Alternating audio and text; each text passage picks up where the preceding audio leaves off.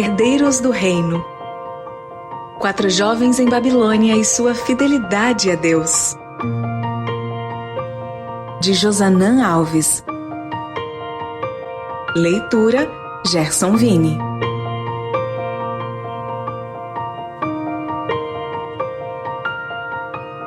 Capítulo 13. Do caos à ordem. Para C.S. Lewis, um homem com as mãos cheias de pacotes não pode receber um presente. Outro pensador disse: para quem primeiro se entrega ao Senhor, todas as outras entregas são fáceis. À medida que decidimos viver de acordo com o princípio da entrega completa, descobrimos uma coisa maravilhosa: Deus coloca em ordem o caos de nossa vida. Somente quando permitirmos que Ele dirija cada aspecto da vida, nós viveremos em abundância. A Bíblia está repleta de convites divinos e advertências sobre como a vida se torna quando não nos entregamos completamente. Por isso, precisamos entender que Deus não pede uma entrega completa por causa dele ou do que ele poderia ganhar com isso. Uma entrega total é necessária por nossa causa. Deus sabe como será nossa vida após essa entrega. Imagino que essa seja uma das principais lições dos acontecimentos do capítulo 4 de Daniel. Esse é um capítulo completamente diferente de todo o livro. Em vários trechos, o próprio Nabucodonosor assume a narração em primeira pessoa. É possível que o rei tenha dado permissão a Daniel para publicar sua declaração de fé, ou que o próprio Nabucodonosor tenha se envolvido com a elaboração do extraordinário texto desse capítulo.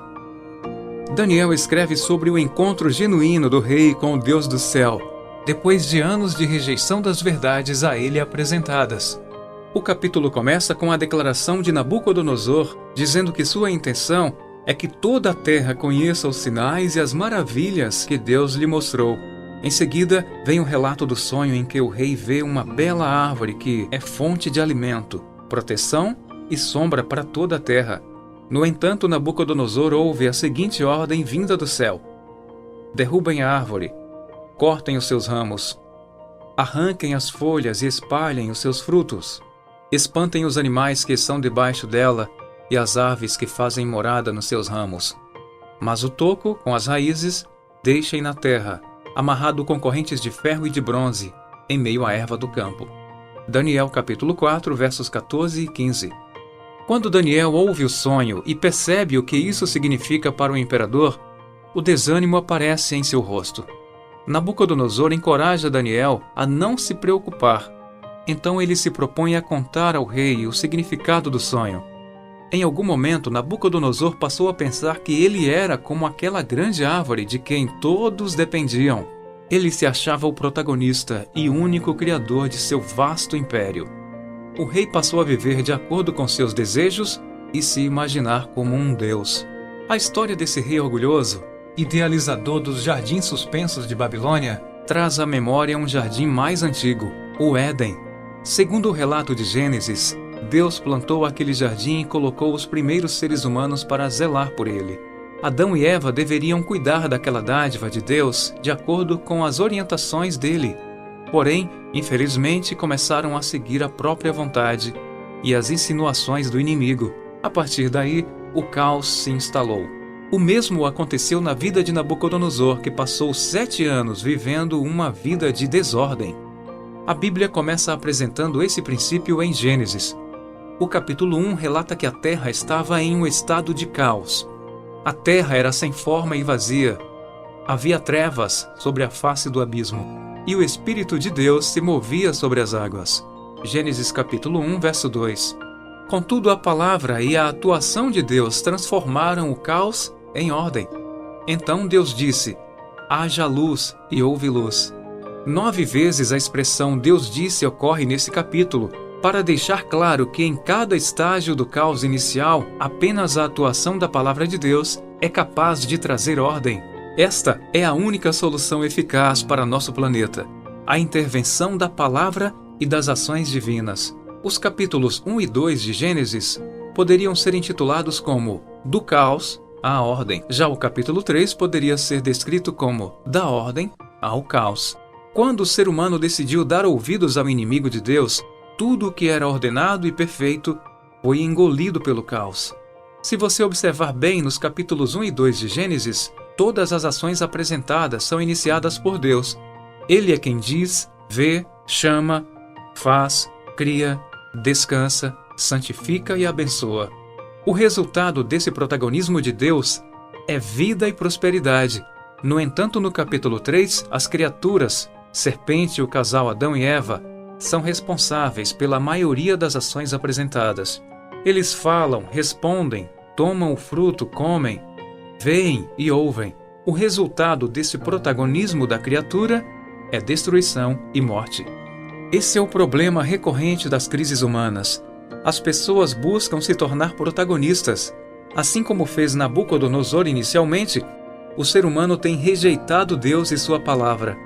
Muitos fazem, pensam, comem e vivem apenas com base no que lhes agrada.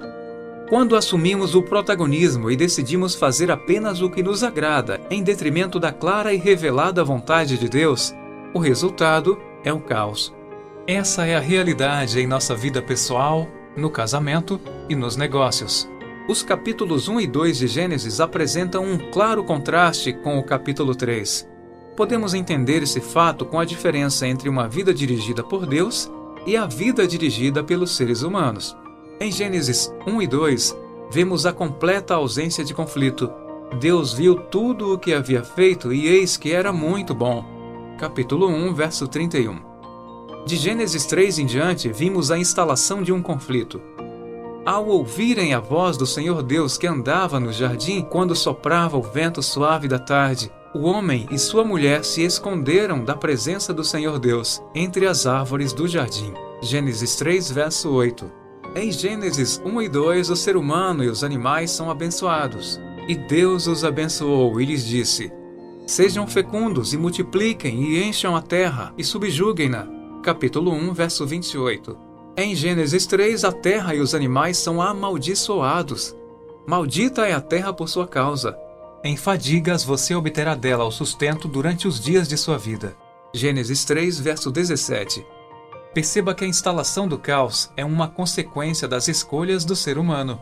Será que esse não é o verdadeiro motivo dos problemas que você está enfrentando? Será que não tem muito de suas escolhas dirigindo seus passos? Deus seja louvado porque o capítulo 3 de Gênesis não apresenta apenas o caos. Ele também mostra a esperança da solução divina.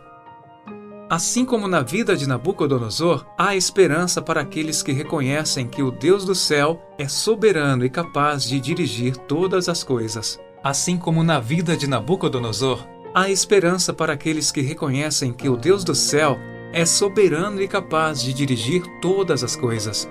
Observe que diante do caos criado por suas criaturas, Deus não reage como um tirano.